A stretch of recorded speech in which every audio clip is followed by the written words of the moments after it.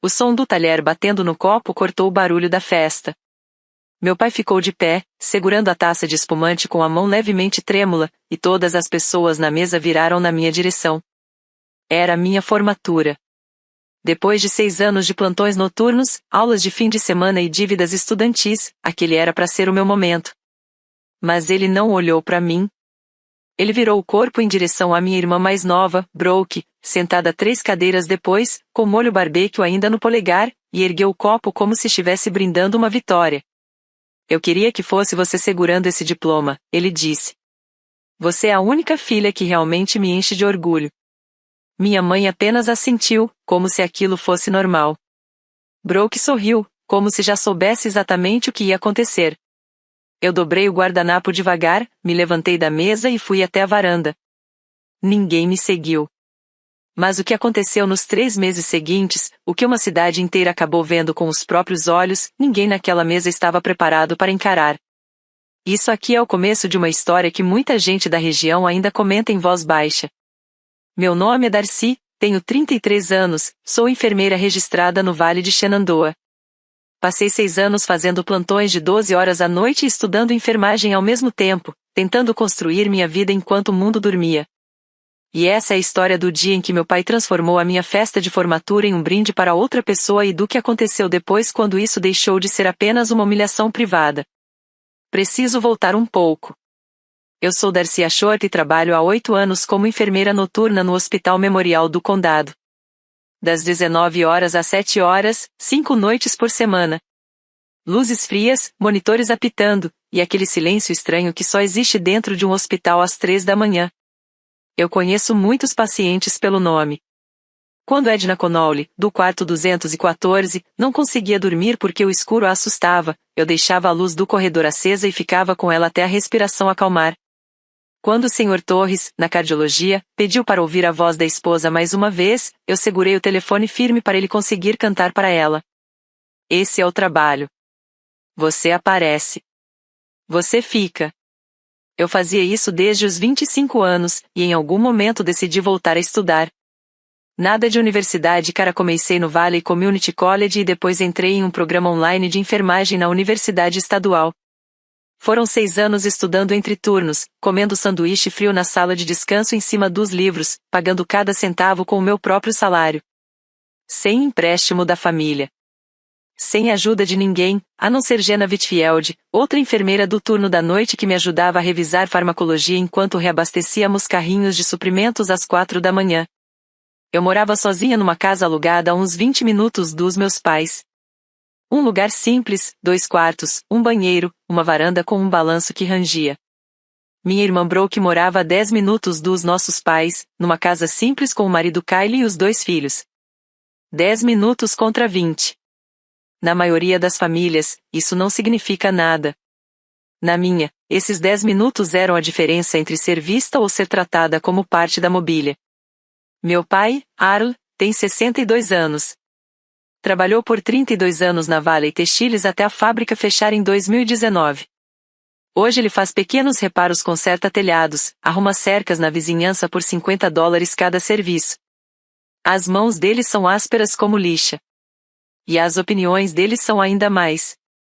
Minha mãe, Vivian, tem 58 anos e trabalha meio período numa loja de roupas usadas dentro da Igreja Batista da Graça.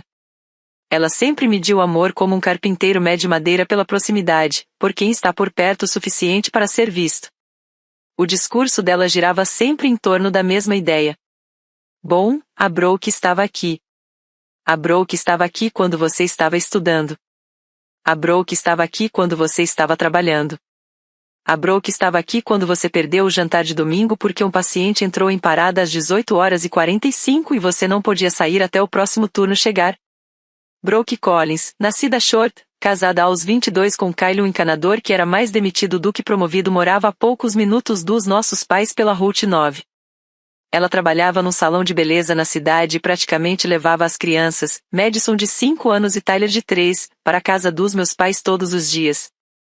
E, dentro da lógica da minha mãe, isso era tudo. Eu não quero que você pense que meus pais eram monstros. Não eram. Meu pai fazia oração antes de cada refeição e consertava a caixa de correio da senhora Henderson sem cobrar nada. Minha mãe fazia mantas de crochê para o berçário da igreja. Eles eram pessoas decentes. Só tinham um ponto cego perfeitamente moldado em mim. Eu passei 33 anos dizendo a mim mesma que não era favoritismo. Porque favoritismo implica escolha consciente. O que meus pais faziam parecia mais com gravidade, eles simplesmente se inclinavam para quem estivesse mais perto. E a Brooke sempre garantia estar mais perto. Meu pai cresceu numa família onde faculdade parecia outra língua. O próprio pai dele, meu avô Al, dirigiu caminhão de entregas por 41 anos e repetia frases como: faculdade é para quem não sabe trabalhar de verdade. O Arla acreditou nisso. Casou aos 23, entrou na Vale Textiles aos 24 e construiu a vida com as próprias mãos. Quando a fábrica fechou em 2019, ele não sofreu só pela perda do emprego, ele sofreu pela perda da prova de que trabalho manual tinha valor, de que ficar na cidade importava, de que um homem que nunca abriu um livro ainda podia sustentar uma família.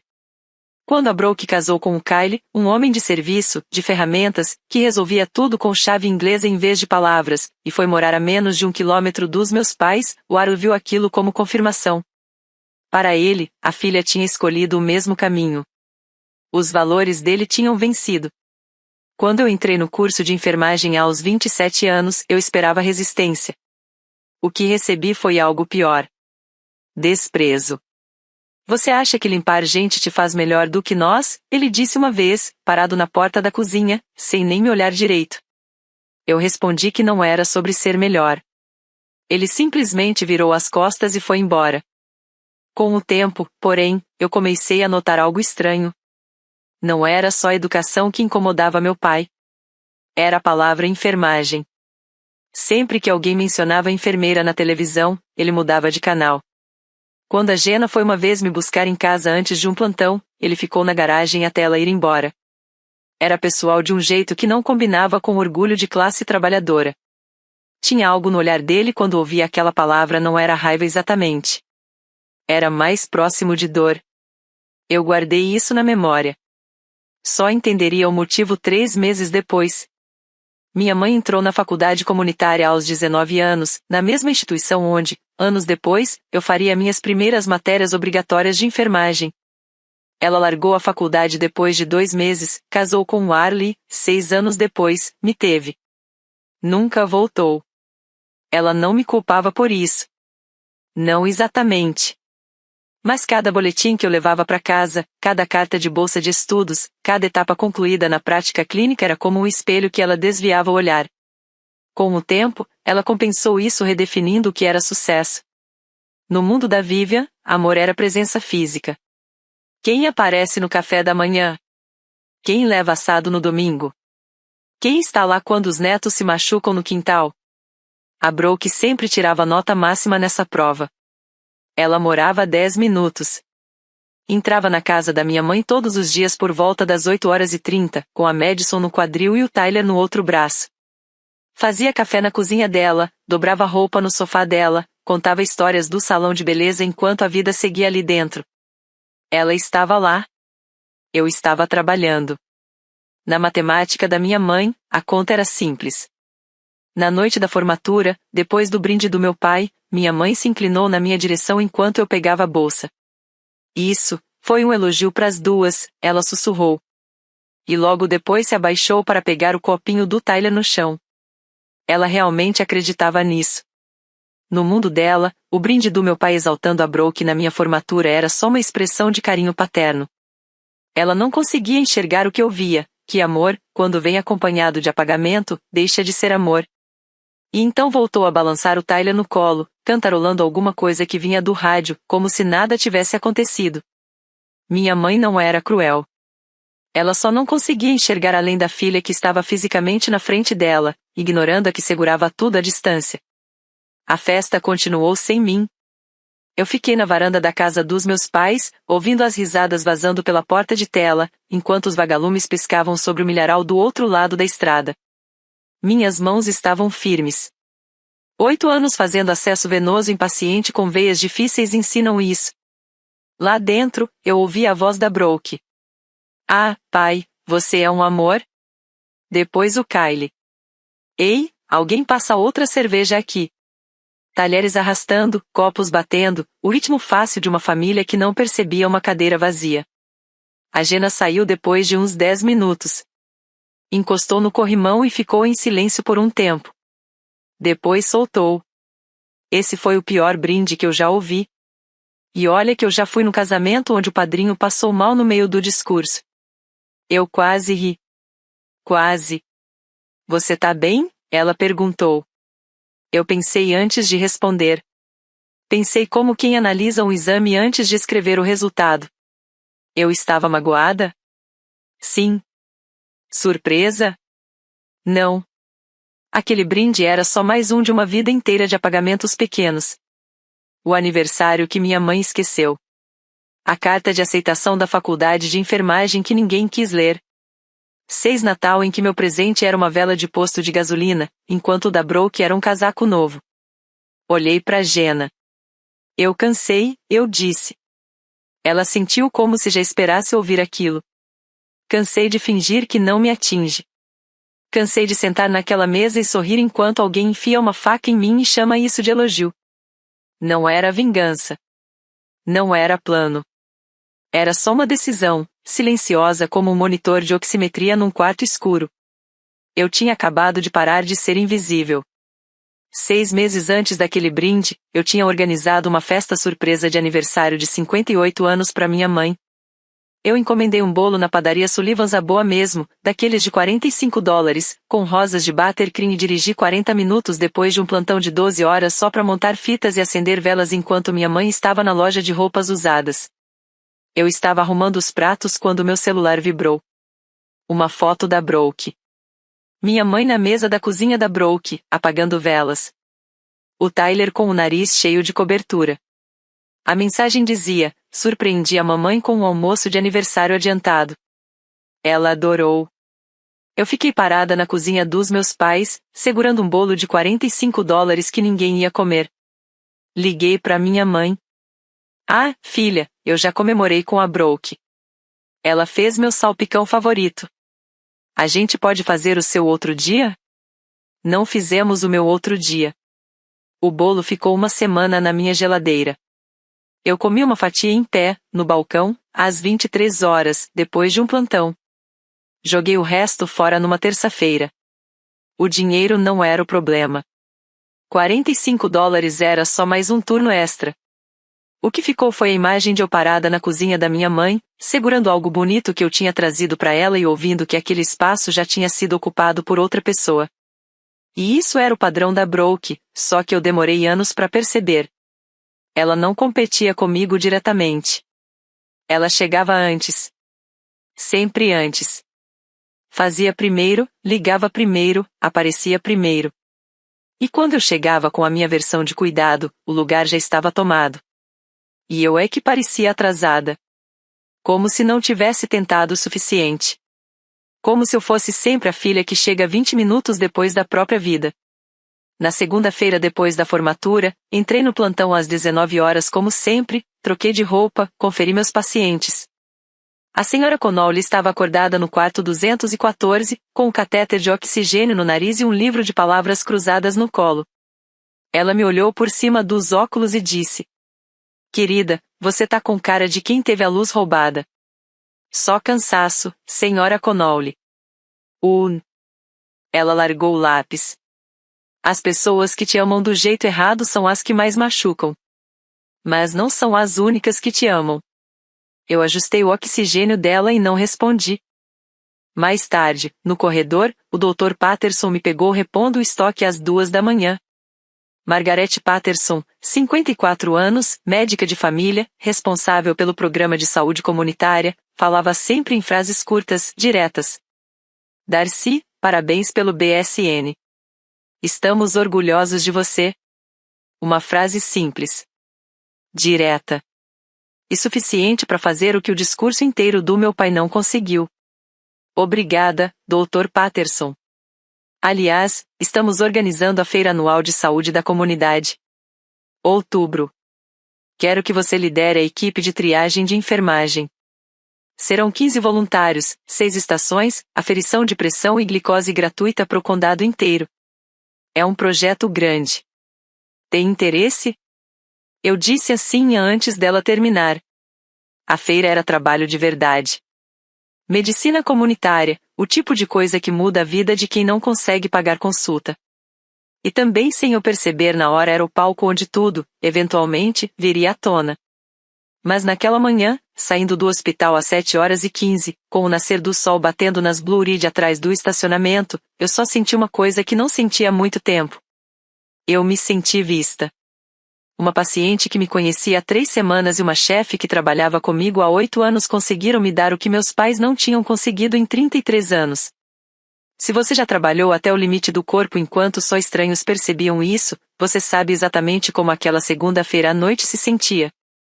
Um paciente de camisola hospitalar conseguiu dizer em uma frase o que meus pais não foram capazes de dizer em 33 anos. Essa história ainda não acabou. Nem de perto. 2 semanas depois da formatura, encontrei a Brooke no Food Lion da Route 9. Ela estava enchendo o carrinho com nuggets congelados e caixinhas de suco, enquanto Tyler se mexia sem parar no assento. Ela acenou para mim como se nada tivesse acontecido. Oi, Darcy, e aí, como tá o diploma novo? Eu respondi que estava tudo bem. Seu pai não quis dizer aquilo naquele brinde, sabe? Ele é meio antigo nessas coisas, você conhece ele. Eu vi ela empilhar um pacote de refrigerante na parte de baixo do carrinho. Claro. Ah, escuta, você pode ficar com a Madison e o Tyler no sábado. O Kyle vai num despedida de solteiro e eu queria descansar um pouco. Ela falou como se estivesse pedindo para eu passar o sal. Eu trabalho sábado. Ela revirou os olhos.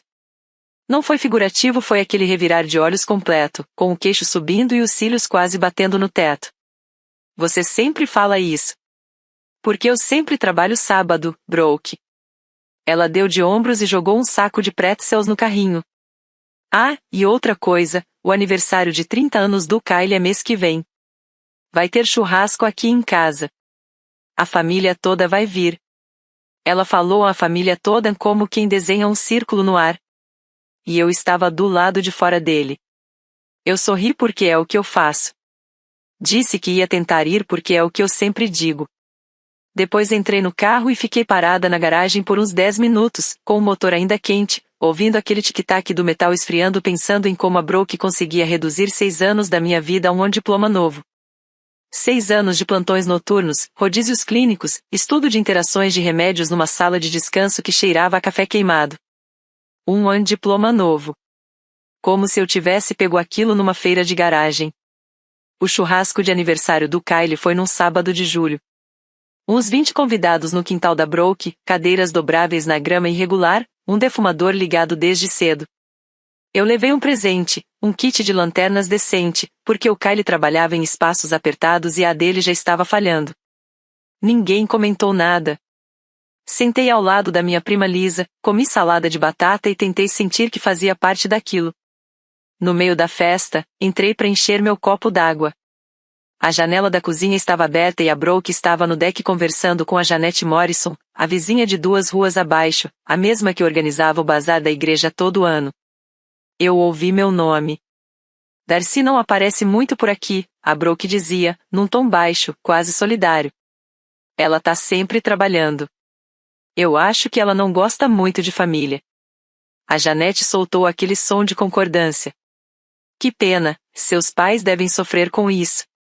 A gente não fala muito sobre isso, mas é difícil para minha mãe, principalmente. Eu deixei o copo na pia. Fiquei ali na cozinha da minha irmã, mão apoiada no balcão, ouvindo ela montar uma versão de mim para os vizinhos. Uma versão em que eu era a filha ausente. A que escolheu carreira em vez de família. A que simplesmente não se importa. A Brooke não estava inventando os fatos. Eu realmente trabalhava muito. Realmente não estava tão presente quanto ela. Mas ela estava inventando o motivo. E o pior de tudo era o quanto aquilo saía natural da boca dela. Era como se ela já tivesse contado aquela história tantas vezes que, na cabeça dela, aquilo tinha virado verdade. Eu peguei meu copo, enchi de novo e voltei para a área externa. Mais tarde, minha mãe me puxou de lado perto do cooler. Quando você vai se assentar e me dar mais netos, Darcy? você não tá ficando mais nova. Eu disse que ia pensar no assunto. Em agosto, a feira de saúde virou meu ponto de apoio. A doutora Patterson me deu um orçamento $3.000 do hospital mais um subsídio de $2.000 do programa de bem-estar do condado e disse para eu construir algo que a comunidade não fosse esquecer. E foi o que eu comecei a fazer. Fiz ligações atrás de ligações. 15 enfermeiras se voluntariaram de 3 condados diferentes. Montamos 6 estações: pressão arterial, glicose, colesterol, visão, encaminhamento odontológico e uma tenda de educação em saúde infantil. O jornal Shenandoah Valley Herald confirmou fotógrafo e repórter. Reservei o estacionamento leste do hospital, encomendei tendas de uma empresa em Satanton e desenhei um panfleto que até a Jenna disse que parecia coisa profissional. Pela primeira vez em anos, eu estava construindo algo que ninguém podia chegar antes e tomar para si. Ninguém podia aparecer na véspera e dizer que já tinha organizado triagem gratuita de colesterol. Ninguém podia mandar uma foto de uma feira já feita na mesa da cozinha. Aquilo era meu. Era real. E tinha peso. O trabalho era puxado 60 horas por semana entre plantões e planejamento da feira. Eu comia em pé. Dormia em blocos de 5 horas. Mas cada ligação, cada voluntário organizado, cada caixa de luvas que eu solicitava parecia um tijolo sendo colocado no lugar certo. Eu não estava mais construindo nada para minha família. Naquele ponto, eu tinha parado de construir para eles. Era pro condado. Era para os pacientes como a Sra. Connolly e o Sr. Perkins, que dependiam de atendimento gratuito porque o Medicare não cobria tudo e o especialista mais próximo ficava a 90 minutos de distância. A feira estava marcada para o segundo sábado de outubro, aberta ao condado inteiro, o que significava aberta a todo o Vale de Shenandoah. O que, por consequência, significava aberta aos meus pais. Eu não fiquei pensando nisso. Eu tinha trabalho para fazer. Em setembro, as coisas começaram a desandar na casa dos meus pais. Num telefonema de domingo, minha mãe comentou que a Brooke estava cuidando das finanças da casa agora. Eu parei de mexer a colher no meu mingau. Como assim, exatamente? Ela tá pagando as contas, organizando o cheque especial. Você sabe como seu pai é com números desde que a fábrica fechou. Mãe, você tem certeza disso? É a Brooke que vem aqui todo dia, Darcy. Ela resolve as coisas. O jeito como ela disse resolve as coisas soou como se fosse uma acusação velada contra mim. Na próxima vez que fui até lá, reparei que o corrimão da varanda balançava quando minha mãe se apoiava nele. As calhas estavam caídas do lado leste da casa, a tinta das janelas descascando. Eu ofereci pagar pelos consertos. Já falei com alguém? A Brooke resolveu isso, minha mãe disse, fazendo um gesto como se aquilo encerrasse o assunto. 2 semanas depois, ninguém tinha aparecido. O corrimão estava ainda mais solto. Eu não insisti, mas passei na farmácia para pegar o remédio de pressão da minha mãe, algo que eu vinha fazendo há 2 anos em silêncio, voltando de plantões noturnos. Foi quando o farmacêutico, Doug Cleary, olhou para a tela e franziu a testa. Darcy, o plano de saúde da sua mãe não foi pago há 2 meses. Se vencer de vez, os remédios vão sair pelo preço cheio. 2 meses. A Brooke, que supostamente estava cuidando das finanças, não tinha pago o plano de saúde. Eu agradeci o Doug, saí da farmácia e, no intervalo do almoço, fui direto para o escritório do condado pagar os valores atrasados do plano. $412. Paguei com o meu próprio dinheiro. Não contei para minha mãe. Não contei para Brooke. Não contei para ninguém. Porque contar significaria admitir que a filha que sempre estava por perto na verdade não estava fazendo o que dizia estar fazendo. E isso ia abrir uma conversa que eu não estava pronta para ter. Ainda não. Toda terça de manhã, depois do meu plantão, eu ia até a casa do Sr. Harold Perkins. Ele tinha 74 anos, morava sozinho desde que a esposa, Dottie, morreu em 2021, e vivia com diabetes tipo 2 que precisava de acompanhamento constante. Eu já checava a glicose e a pressão dele toda semana há 3 anos. Não porque o hospital me mandava, mas porque ele morava sozinho e o endocrinologista mais próximo ficava em Harrisonburg, uma viagem de 1h30 para cada lado. Naquela terça de meados de setembro, eu estava ajustando o manguito de pressão no braço dele quando ele começou a falar do passado. O Sr. Perkins foi carteiro no Vale por 40 anos. Ele conhecia a história de cada família dali. Seu pai vinha sentar na minha mesa da cozinha, ele disse, olhando para a parede onde ainda estava o bordado da minha mãe. Espalhava placards de anatomia para todo lado. Ossos da mão, músculos das costas, ficava se testando por horas. Eu parei. Anatomia? Lá em 91, antes da sua mãe engravidar de você. Ele levava isso bem a sério. Ele percebeu na hora que tinha falado demais. O olhar dele mudou, aquele tipo de olhar de quem percebe que abriu uma porta que devia ter ficado fechada. Ah, isso aí não foi nada. Coisa antiga. E mudou de assunto, começou a falar dos tomates dele. Eu terminei a consulta, anotei os sinais vitais no caderno que eu mantinha para ele e fui embora. O sol já estava subindo atrás das colinas. Eu deveria estar cansada. Mas estava acordada demais, com a cabeça girando aquilo tudo como pedras no fundo de um riacho. Anatomia. Meu pai sentado na cozinha de um vizinho com placards espalhados na mesa. Ele não estava estudando por passatempo. Ele estava estudando para alguma coisa específica. Só que eu ainda não sabia o que. Voltei no dia seguinte. Levei o remédio de pressão do Sr. Perkins. Todo mês eu pegava na farmácia do Doug, sem falta, faça chuva ou faça sol. Coloquei a sacola na bancada, servi um copo de chá gelado para ele e sentei na frente. Sr. Perkins, eu disse, meu pai estava tentando entrar na faculdade de enfermagem? Ele largou o copo, olhou para as próprias mãos por alguns segundos e então falou. Arashort tinha se inscrito no curso de enfermagem do Valley Community College em 1991. Ele tinha 28 anos. A inspiração dele era a avó dele, minha bisavó, Mabel Ashort, que tinha servido como enfermeira prática no exército durante a Guerra da Coreia. O Arle era apaixonado por ela.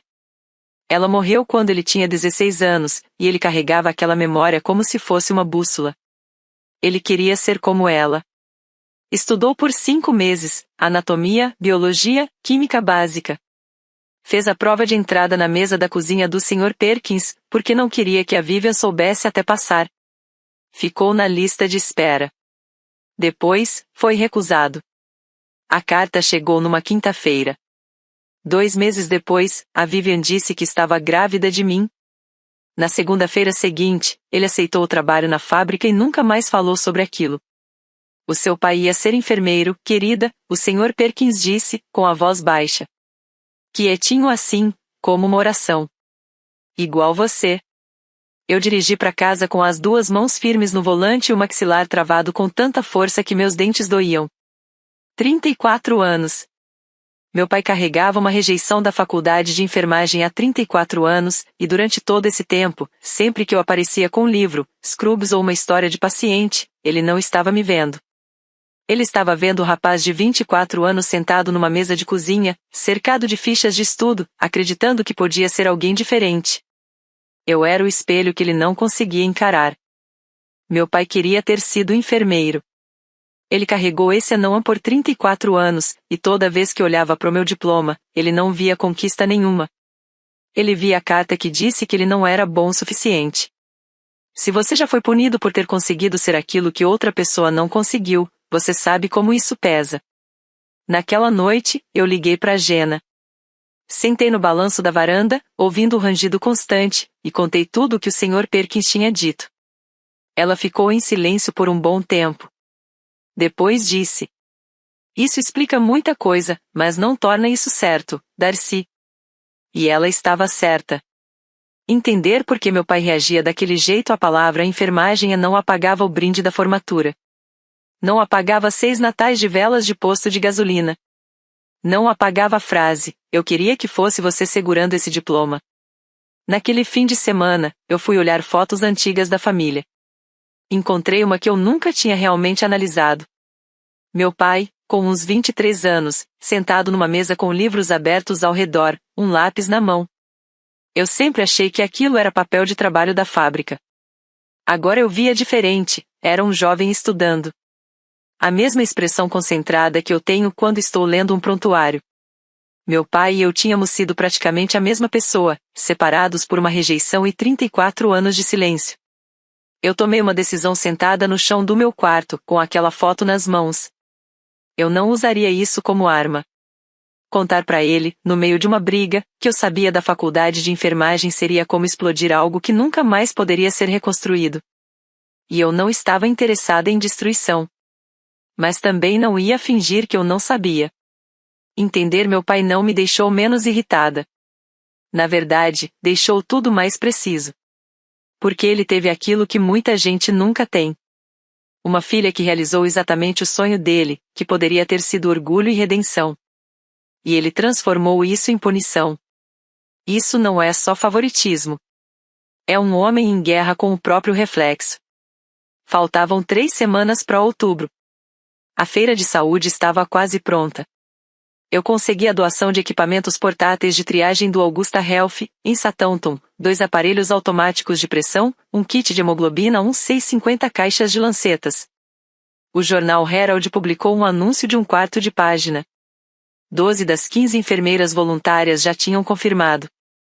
Eu estava organizando escalas, imprimindo formulários de consentimento e comprando mesas dobráveis quando a Brooke me ligou. Oi, Darcy, rapidinho. Você consegue cobrir o seguro do carro do Kyle esse mês? Ele foi demitido de novo. Cortaram toda a equipe de encanamento. Quanto? Só 400. $400. Somando com os 412 que eu já tinha pago do plano de saúde da minha mãe. Somando com os 800 que eu ainda ia gastar com o conserto da varanda. Eu enviei o dinheiro pelo Zelle em 30 segundos. Porque, no fim das contas, era isso que eu fazia. Eu consertava coisas. Eu pagava contas. Eu aparecia com solução enquanto outras pessoas apareciam com assado de domingo. Risada curta ao fundo. Na semana seguinte, passei na farmácia de novo. O Doug me puxou de lado com aquela cara de quem já tinha visto problema demais no sistema. Darcy, as receitas da sua mãe estão pedindo uma autorização prévia do novo médico dela. Ela trocou de clínica? Eu fui conferir. Não tinha trocado. Mas no sistema do plano de saúde constava uma mudança no médico principal. Alguém tinha ligado para a operadora e atualizado tudo para um médico de Southampton que minha mãe nunca tinha consultado na vida. Eu resolvi. Liguei para o convênio, desfiz a alteração, confirmei o médico antigo da minha mãe. 45 minutos presa na linha de espera no meu horário de almoço. Quando perguntei para ela depois, minha mãe só disse: Agora a Brooke resolve essas coisas. Agora a Brooke resolve essas coisas. Uma frase que começou a soar menos como divisão de tarefas e mais como uma porta que eu não deveria abrir. Enquanto isso, a varanda da casa dos meus pais estava ficando perigosa.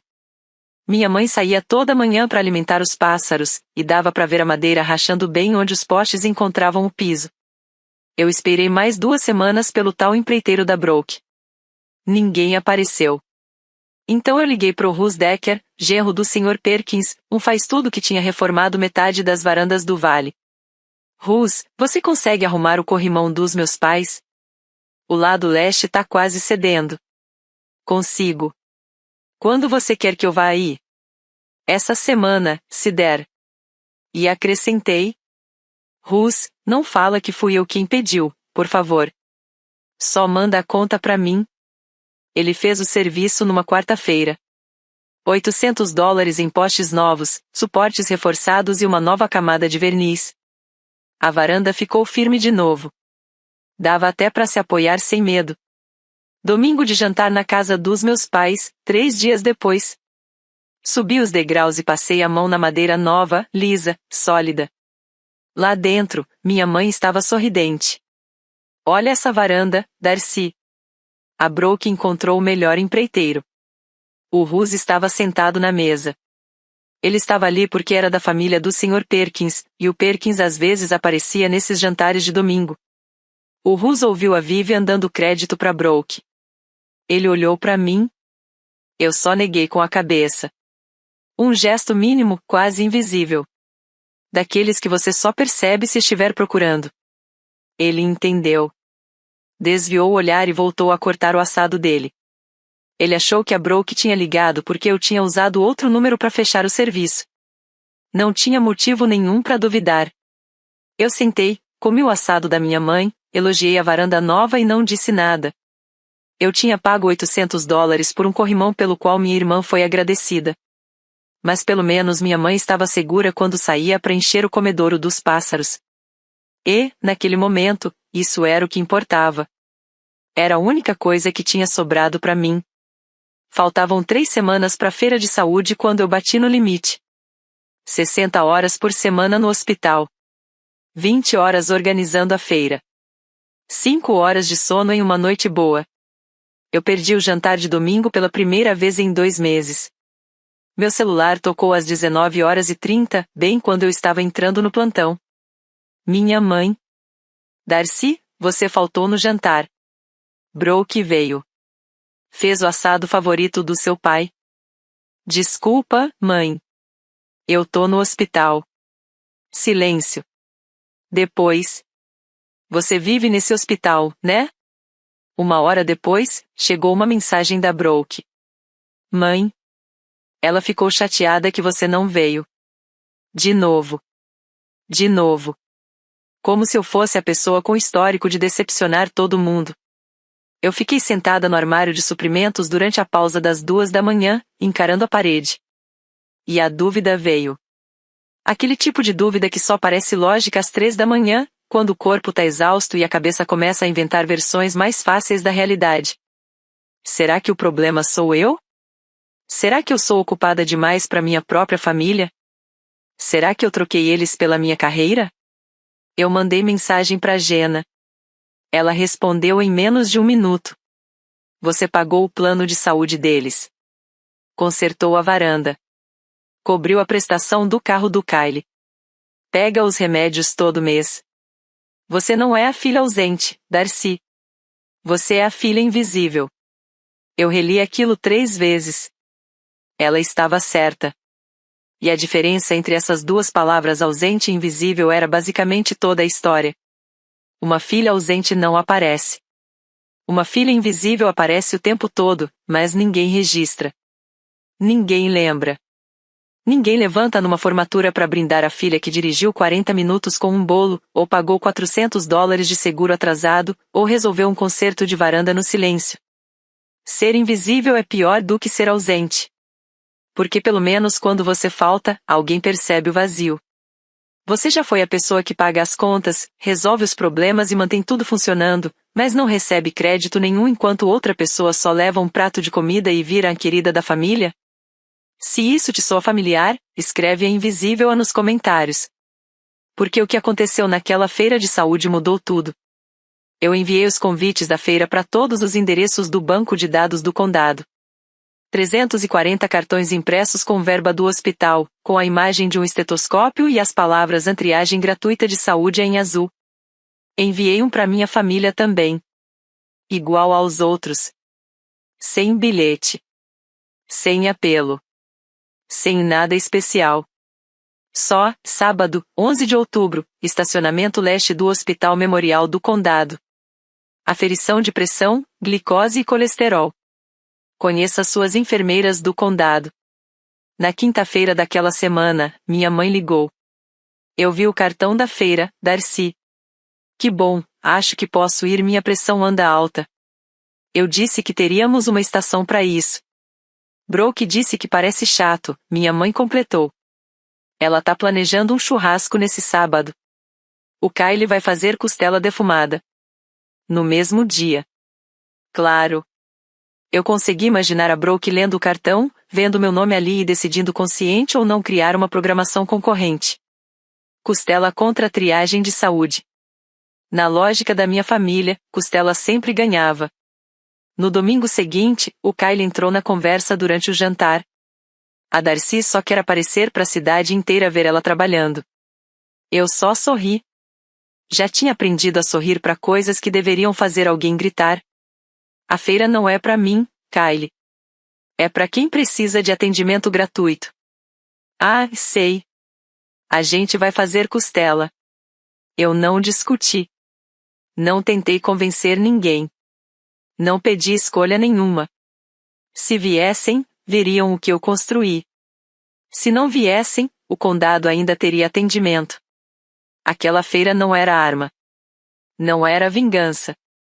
Era só o primeiro dia em que eu ia fazer meu trabalho em voz alta, diante de todo mundo.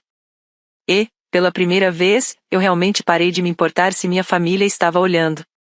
Faltavam 10 dias para a feira quando fui chamada à sala da administradora do hospital, Margaret Holloway.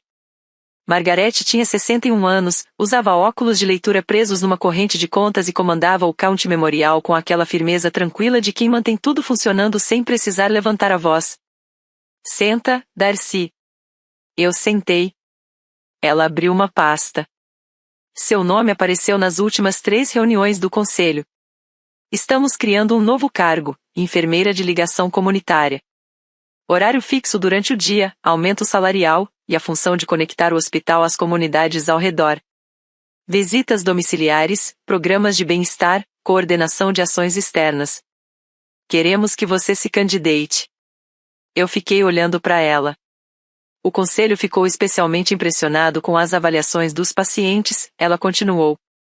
Algumas famílias mandaram cartas. A da Caroline Connelly tinha 3 páginas. 3 páginas. A filha da Edna Connelly tinha escrito 3 páginas sobre mim. E eu nem sabia que essas cartas existiam. Ela escreveu sobre as noites em que você ficou com a mãe dela, disse Margaret.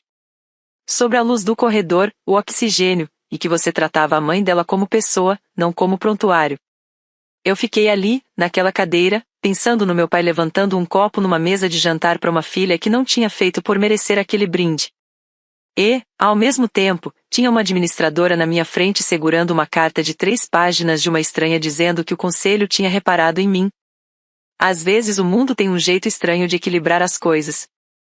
Eu quero me candidatar, eu disse. Margaret sorriu. Ótimo. Eu ia ficar decepcionada se você dissesse não.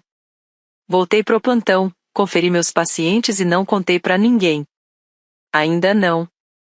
Algumas coisas precisam assentar antes de serem ditas. Uma semana antes da feira. Passei na casa dos meus pais depois da farmácia, deixei os remédios da minha mãe no balcão e organizei as compras que tinha feito: pão, leite, ovos, sopa enlatada que meu pai gostava. E encontrei o Aaron na sala. Ele assistia a um programa de pesca com o volume baixo. Minha mãe estava na cozinha. Sentei na ponta do sofá. Dessa vez, eu sabia que era a última tentativa. Pai. Ele não tirou os olhos da televisão. Eu queria muito que você e a mãe fossem na feira de saúde no sábado que vem. Vai ter aferição de pressão gratuita, e a mãe disse que a dela anda alta. Silêncio. Eu não preciso de enfermeira me dizendo o que tem de errado comigo. Enfermeira. Ele falou do mesmo jeito de sempre. Seco. Como se a palavra tivesse gosto ruim. Não é só para você, pai. É para a comunidade inteira. Ele alcançou a caneca de café. A Brooke vai fazer um churrasco nesse fim de semana. Eu olhei pro lado do rosto dele. A mesma mandíbula que eu tinha herdado. O mesmo jeito teimoso de fechar tudo por dentro. Entendi, eu disse. E eu entendi mesmo. Entendi mais do que ele imaginava. Me levantei, beijei minha mãe no rosto na cozinha e fui embora. 20 minutos pela Route 9, vidros abertos, o ar de outubro entrando frio, trazendo cheiro de feno e fumaça de madeira. Eu não chorei. Não por coragem, mas porque aquilo já tinha sido lamentado antes dentro de mim.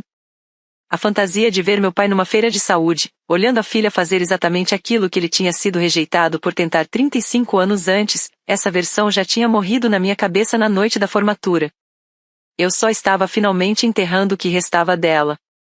3 dias antes da feira, encontrei a Caroline Connelly na farmácia do Doug. Ela estava pegando os suprimentos do nebulizador da mãe dela. Caroline era daquele tipo de pessoa gentil, professora, na casa dos 40 e poucos, que lembrava o aniversário de todo mundo. Darcy, estou tão animada pra feira.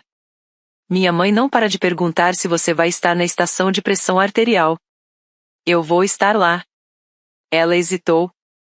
Aquele tipo de pausa de quem está escolhendo as palavras com cuidado. Posso te falar uma coisa? Não quero ser inconveniente. Pode falar. Eu estava no grupo de senhoras na Grace Baptistes na terça passada. Sua irmã estava lá. Eu esperei. Ela disse pro grupo que é a única que cuida dos seus pais. Disse que você falou pra ela que estava ocupada demais para ajudar com as contas médicas deles.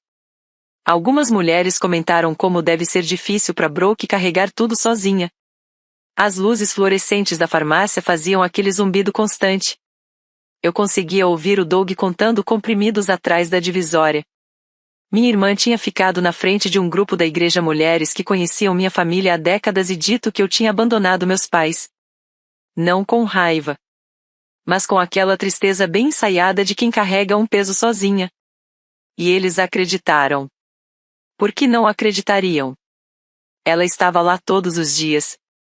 Darcy, você tá bem? Tô sim, Caroline. Obrigada por me contar. Eu fui para casa e fiquei sentada na mesa da cozinha. Plano de saúde, corrimão da varanda, prestação do carro do Kyle, remédios da minha mãe, mercado a cada 2 semanas. E minha irmã dizendo para uma igreja inteira que eu não estava nem aí. Ela não só ficou com o crédito do que eu fazia. Ela me transformou na filha que tinha ido embora. Ali foi a linha. Não foi em casa. Não foi na infância. Foi ali, naquela farmácia, entre remédios de alergia e medidores de glicose, sob luz fria de teto. No dia seguinte, eu encontrei a Brooke no estacionamento do salão. Ela estava no intervalo, dentro da minivan, comendo iogurte com a porta aberta. Eu caminhei até ela do jeito mais calmo possível, como quem entra num quarto de paciente já sabendo o diagnóstico. Brooke, por que você disse pro grupo da igreja que eu me recusei a ajudar com as contas médicas dos nossos pais? Ela parou com a colher no ar. Quem te contou isso? Isso importa? Ela largou o iogurte no painel. Eu não disse que você se recusou. Eu disse que você não aparece. Você falou que eu tô ocupada demais para ajudar. E não tá? Eu respirei fundo. Eu paguei o plano de saúde deles quando você não pagou. Eu consertei a varanda quando seu empreiteiro não apareceu. Eu paguei a prestação do carro do Kyle há 2 meses. Eu pego a medicação da mãe todo mês. O maxilar dela travou. Isso é diferente. Isso é só dinheiro. Eu sou a que tá lá. Você disse pras pessoas que eu abandonei eles, Brooke. Ela saiu da van. Os olhos dela ficaram duros, e por um segundo, só um segundo, deixaram de estar. A voz dela quebrou. Só uma vez. Você tem tudo, Darcy. A inteligência, as notas, o trabalho que todo mundo comenta. Tudo o que eu tinha era estar aqui. Ser a pessoa que aparece. E agora você também quer crédito por isso? Eu olhei para minha irmã mais nova.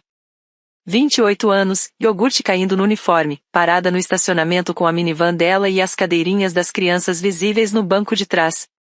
Ela estava com medo. Um medo real, físico, como se nossos pais me enxergassem de verdade, deixassem de enxergá-la. A dor dela era real. O que ela fazia com essa dor, não era.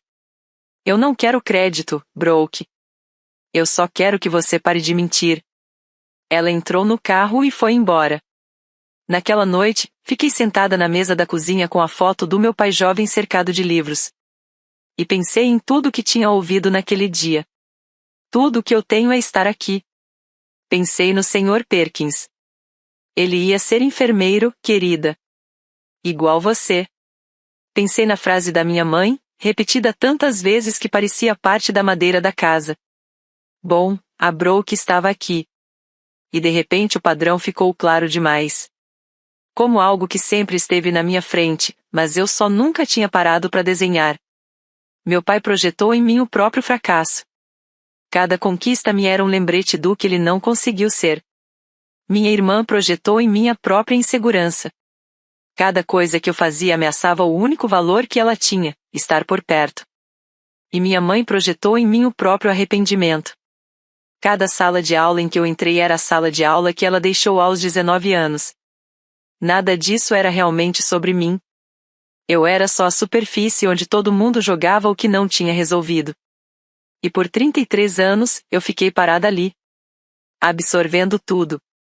pagando contas, consertando varanda, mantendo seguro em dia, sorrindo em jantar de domingo, dirigindo para casa com bolo intacto no banco do passageiro, sentando em varanda enquanto minha própria festa continuava sem mim. Eu não ia brigar com a Brooke. Não ia confrontar meu pai com o que eu sabia sobre a faculdade de enfermagem. Não ia fazer discurso, nem escrever carta, nem transformar isso no espetáculo. Eu ia fazer algo mais simples e mais difícil do que qualquer uma dessas coisas. Eu ia parar de sussurrar. A feira de saúde era em 4 dias. Eu tinha construído algo real. Algo visível. Algo que o condado inteiro ia ver. Tudo o que eu precisava fazer era estar dentro disso e deixar a verdade falar por si. Sábado, 11 de outubro. Cheguei ao estacionamento do hospital às 6 da manhã. O ar de outubro estava frio, limpo, daqueles que fazem as Blue Ridge parecerem pintadas durante a noite. Coordenei a montagem das tendas. 6 estruturas brancas enfileiradas, cada uma com uma estação de triagem, mesas dobráveis e dispensadores de álcool em gel. Um banner na entrada: Feira de Saúde Comunitária do County Memorial, triagens gratuitas. Às 9 da manhã, o estacionamento já estava cheio. Famílias de todo o vale, fazendeiros de botas, professores aposentados de jaqueta leve, mães jovens empurrando carrinhos de bebê. Jenna montou a estação de pressão arterial logo na entrada. 2 estudantes de enfermagem que eu tinha orientado ficaram responsáveis pelos testes de glicose. O Dr. Patterson conferiu os equipamentos da triagem de colesterol e me deu um sinal positivo discreto, como quem diz tá tudo certo. O fotógrafo do Herald já circulava entre as tendas, captando tudo. Eu estava no meu elemento. Prancheta na mão, estetoscópio no pescoço, organizando voluntários e recebendo as famílias da mesma forma que eu recebia pacientes, com contato visual direto, atenção total, como se cada pessoa fosse a única ali. Às 10h15, no meio de uma conversa com o repórter do jornal, eu levantei o olhar e vi eles entrando pelo portão. Minha mãe, com o cardigã da igreja. Meu pai, com a flanela boa. Brooke e Kyle atrás, Madison segurando a mão da mãe, Tyler no colo do pai. Eles vieram. Não porque escolheram a feira em vez do churrasco. Kyle simplesmente esqueceu de comprar as costelas. Brooke sugeriu comer fora. E minha mãe disse: bom, a feira de saúde é aqui do lado, e eu queria ver minha pressão. Destino, acaso, ou aquele tipo de sincronização absurda que só acontece na vida real. Eu não fui até eles correndo. Não acenei. Só ajeitei a prancheta e caminhei na direção deles. Bem-vindos, eu disse. A estação de pressão fica logo ali. Simples. Profissional. Como qualquer enfermeira recebendo qualquer paciente. A feira já estava viva. 230 pessoas, pela contagem oficial. Eu estava ajudando um senhor chamado Gerald na triagem de glicose quando vi minha mãe sentar na estação da Jenna, estender o braço e o manguito inflar. Jenna me chamou com um gesto discreto. 152 por 94, ela disse baixo. Oi, mãe. Puxei uma cadeira e sentei ao lado dela. Expliquei os números. Falei sobre sal, hidratação, acompanhamento. Sem pressa. Sem emoção aparente. Só clínica. Precisa. Cuidadosa. Minha mãe me olhou. Me olhou de verdade. Com algo que eu não via há muito tempo. Curiosidade, ou talvez reconhecimento. Você realmente entende disso, né? Ela disse. Antes que eu respondesse, o Dr. Patterson subiu na pequena plataforma perto da entrada. O microfone chiou. Bom dia a todos. Obrigado por virem à 3ª Feira Anual de Saúde Comunitária do County Memorial. Aplausos. Quero fazer um reconhecimento especial à pessoa que tornou esse dia possível. Nosso nome à frente da organização. Darcy Ashworth. Ela virou em direção à multidão. A Darcy montou essa feira do zero. Recrutou 15 enfermeiras voluntárias de 3 condados. Conseguiu equipamentos doados e coordenou 6 estações de triagem. E fez tudo isso enquanto trabalhava em turnos noturnos em tempo integral. Os mesmos turnos de 12 horas que ela trabalha há 8 anos servindo essa comunidade. Mais aplausos. Eu fiquei parada perto da estação de glicose, com a prancheta na mão, sentindo 230 pares de olhos em cima de mim. A Darcy é a enfermeira que vai toda terça na casa do Sr. Harold Perkins medir a glicose dele. É ela que organizou vacinação gratuita no centro de idosos no inverno passado. Ela não faz essas coisas por reconhecimento. Ela faz porque é quem ela é. Lá no fundo da multidão, meu pai estava parado. As mãos nos bolsos. O maxilar duro. Mas os olhos, pela primeira vez em anos, estavam em mim. O Dr. Patterson abriu a fala para o público. E o que aconteceu depois não estava planejado. Não tinha roteiro, não tinha combinação, não tinha nada ensaiado. As pessoas simplesmente começaram a falar. Caroline Connelly deu um passo à frente. Minha mãe esteve entrando e saindo do hospital por 3 anos. A Darcy passou 3 noites com ela quando ela não conseguia respirar. Ela nunca cobrou por nenhuma dessas horas extras. Ela só ficou. O Sr. Perkins levantou a mão da cadeira de rodas perto da entrada da tenda. O neto dele, Russ, tinha trazido ele até ali. Essa menina pega minha medicação todo mês. Faz isso há 3 anos. Chuva, neve. Dias de mais de 38 graus. Nunca falhou uma vez. Uma jovem que eu reconheci na hora, a Tanya Brooks, uma estudante de enfermagem que eu tinha acompanhado durante os estágios no semestre anterior, levantou de uma cadeira dobrável. A Darcy me ensinou que ser enfermeira não é só um trabalho, é uma promessa. Ela foi a razão de eu não desistir quando fui mal na minha primeira prova prática.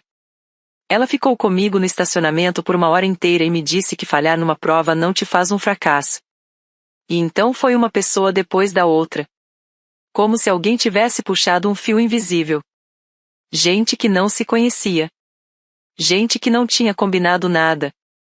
Cada um contando uma história sobre a mesma pessoa, a mesma enfermeira, a mesma vizinha, a mesma mulher quieta que aparecia, ficava e nunca pedia nada em troca. Eu fiquei ali parada, com a prancheta na mão e o estetoscópio no pescoço, sem dizer uma palavra. Minha mãe estava com a mão na boca. Meu pai tinha o maxilar travado, aquele movimento constante no músculo do rosto de quem está lutando alguma coisa por dentro. E a Brooke. A Brooke estava sentada numa cadeira dobrável, com o Tyler no colo, e o rosto dela tinha endurecido como uma porta fechada. Ela se inclinou para o Kyle. Isso é tudo encenação, ela sussurrou. Mas falou alto o suficiente para quem estava perto ouvir. E ouviram. E olharam para ela. E então ela não conseguiu segurar. Brooke levantou de repente, o Tyler escorregando do colo dela para a cadeira. A multidão tinha acabado de ficar em silêncio entre um depoimento e outro, e a voz dela cortou o ar de outubro como uma buzina dentro de uma igreja. Isso é ridículo. 230 cabeças viraram. Vocês todos agem como se ela fosse uma santa. Ela apontou para mim. Ela nem liga para nossa mãe. O silêncio foi absoluto. Sem vento. Sem crianças. Só aquele tipo de quietude pesada de lugar cheio. Caroline Connelly foi a primeira a responder. A Darcy liga sim. Ela telefona para a farmácia do hospital toda semana para conferir as receitas da sua mãe. Eu já vi isso acontecendo no balcão. Doug, o farmacêutico que estava com uma mesa de informações montada ali na feira, levantou a cabeça. Eu vejo a Darcy pegar as medicações dos seus pais todo mês. Ela faz isso há 2 anos. Então Russ Decker, atrás da cadeira de rodas do Sr. Perkins, franziu a testa. Espera, foi a Darcy que me ligou para arrumar a varanda da casa dos seus pais? Ela me pagou $800 e pediu para não contar para ninguém. A Vivian virou o rosto devagar para o Russ. Você? E o Russ ficou claramente confuso. Sim, senhora. Ela ligou em setembro. E então veio uma pessoa depois da outra. O farmacêutico, o encanador, a filha da enfermeira, gente que não fazia ideia de que estava segurando peças do mesmo quebra-cabeça, cada um revelando um fragmento de uma verdade que minha irmã passou meses enterrando debaixo de churrasco, sorrisos e conversas sussurradas na igreja. A boca da Brooke abriu. Fechou. Abriu de novo. Isso, ela tá só. Ela olhou para os nossos pais. O Kyle tinha dado 2 passos para trás, mãos no bolso, encarando o chão. Não tinha mais ninguém ali para sustentar a versão que ela tinha construído. A história dela estava desmoronando, testemunha por testemunha. O meu pai deu um passo à frente. O rosto dele estava vermelho não de raiva, mas daquele vermelho de quem ficou tempo demais perto de um fogo que ele mesmo acendeu. Ele tinha ouvido tudo. As receitas, a varanda, o plano de saúde, os remédios, as horas, os anos. Tudo vindo de pessoas que conheciam a vida dele inteira. O vizinho. O farmacêutico da própria filha. O genro do Sr. Harold Perkins. Ele tentou falar. Eu só. A Brooke sempre estava por perto. Ela era a que eu via. Eu olhei para ele. 62 anos. Mãos marcadas pelo trabalho. Mandíbula teimosa. Um homem que tinha tentado enfermagem há 35 anos e ouviu um não. E que, desde então, passou décadas construindo uma parede entre ele e a palavra que mais o feriu. Eu mantive a voz estável. Eu sei, pai. Eu sempre soube. Ele engoliu seco. Você não entende, eu nunca quis. Você ficou em pé na minha formatura e disse, na frente de todo mundo, que queria que o diploma estivesse com outra pessoa. Parei um segundo. 230 pessoas em silêncio absoluto. A minha mãe já chorava, e as lágrimas escorriam pro colar do cardigã. Você falou isso na frente dos meus amigos, dos meus colegas, das pessoas que dirigiram 3 horas para ver algo que eu levei 6 anos para conquistar. Eu não levantei a voz. Não tremi. Eu falei como falo com família de paciente quando o diagnóstico não é bom. Claro. Calmo. Irrefutável. Eu não preciso que você tenha orgulho de mim, pai. Eu precisava que você me enxergasse. E você escolheu não ver. A boca dele se mexeu, mas nenhuma palavra saiu. A Brooke tentou mais uma vez. Ela tá fazendo isso tudo ser sobre ela. Ela sempre. O Russ cortou sem nem olhar para ela. Com licença, senhora. Ela consertou a varanda dos seus pais e pediu para eu não contar para ninguém. Isso não é alguém fazendo algo para aparecer. A Brooke sentou. A cadeira de plástico rangeu sob o peso dela. Ninguém falou nada. Eu não fui embora. Fiquei exatamente onde estava no meio de uma feira de saúde que eu tinha construído com as próprias mãos, cercada pelas pessoas que eu tinha atendido por 8 anos. Virei para a multidão, não para minha família. Obrigada a todos por terem vindo hoje. Essa feira existe porque eu acredito que cada pessoa deste condado merece ser vista. Minha voz estava firme. Estetoscópio no pescoço, prancheta ainda na mão. Só uma enfermeira fazendo o trabalho dela em plena luz do dia, em vez de madrugada sob luz fluorescente às 3 da manhã. Não importa diploma, não importa onde moram, se ficam a 10 minutos ou 20. Importa quem são. Olhei para o meu pai. Eu virei enfermeira porque eu queria cuidar de pessoas. Eu não sabia que isso começaria pelas pessoas que menos acreditaram que eu conseguiria. O Dr. Patterson se aproximou do microfone mais uma vez. Mais um anúncio, disse o Dr. Patterson, aproximando-se do microfone. O conselho do hospital criou um novo cargo em tempo integral, enfermeira de ligação comunitária. Após análise das candidaturas e do impacto na comunidade, a vaga foi oferecida a Darcia Short. O aplauso veio como uma onda. O Sr. Perkins bateu palmas da cadeira de rodas. Jenna estava enxugando os olhos na estação de pressão. Caroline Connelly levantou o punho num gesto de comemoração. A Tanya Brooks chorava sem tentar esconder. Eu só balancei a cabeça. Não me curvei. Não fiz discurso. Só assenti. Do jeito que você reconhece algo que já estava vindo há muito tempo. Do outro lado do estacionamento, meu pai encarava as próprias mãos.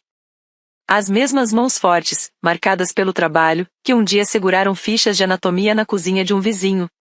Minha mãe apertava um lenço contra o rosto. E a Brooke estava sentada na cadeira dobrável, braços cruzados, o Tyler puxando a manga dela, olhando pro chão enquanto 230 pessoas aplaudiam a irmã que ela tinha passado meses tentando apagar. A feira terminou às 4 da tarde. Os voluntários começaram a desmontar as tendas. Jenna carregava equipamentos para a van do hospital. As famílias iam embora com panfletos, resultados de exames e escovas de dente doadas na estação odontológica.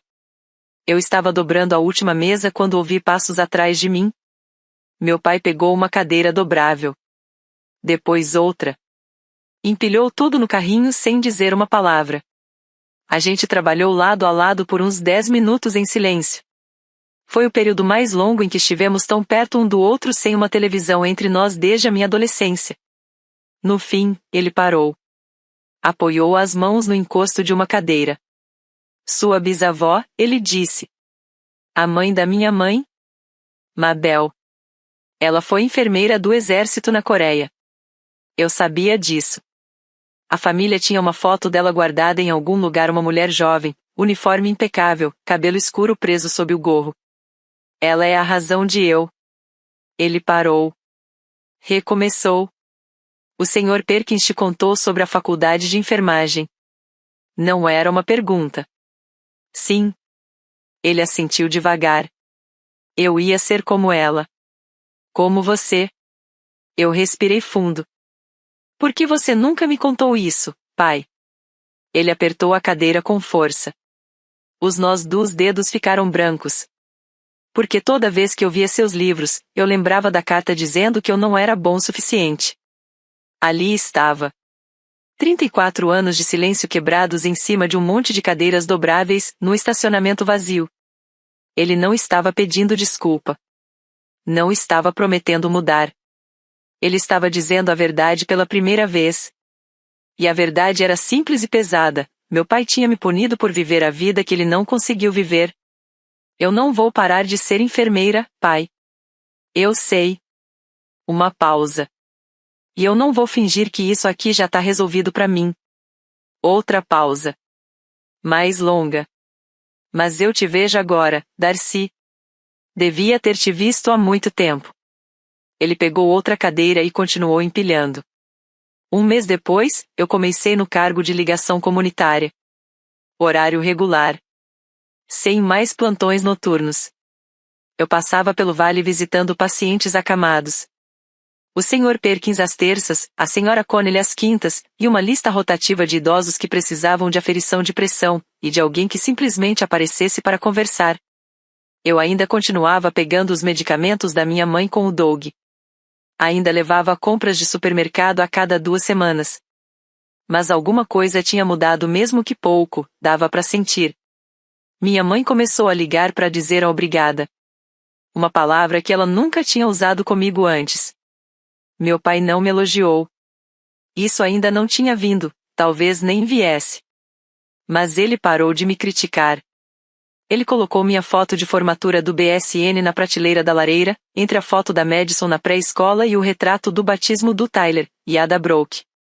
Num domingo depois da igreja, eu e a Brooke ficamos dentro da minivan dela, motor desligado, as crianças dormindo nas cadeirinhas atrás.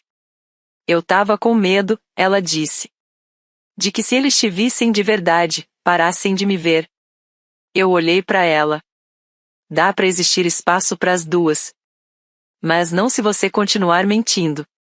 Ela ficou mexendo no fio solto na capa do volante. Eu sei. A família não estava curada. Cura leva anos quando acontece. Mas a gente tinha parado de fingir. E às vezes, parar de sustentar a mentira é a primeira coisa honesta que uma família faz em décadas. Quem te ignora não define o seu valor. Mas você ainda escolhe por quanto tempo aceita ser invisível. Um brinde feito para a filha errada. Uma varanda consertada em silêncio. Um bolo de $45 que ninguém comeu. Um diploma que ninguém aplaudiu. Até um condado inteiro fazer isso. Se essa história te lembrou alguém que merece ser visto, compartilha com essa pessoa. E se você já teve o dia em que deixou de ser invisível, conta aqui nos comentários.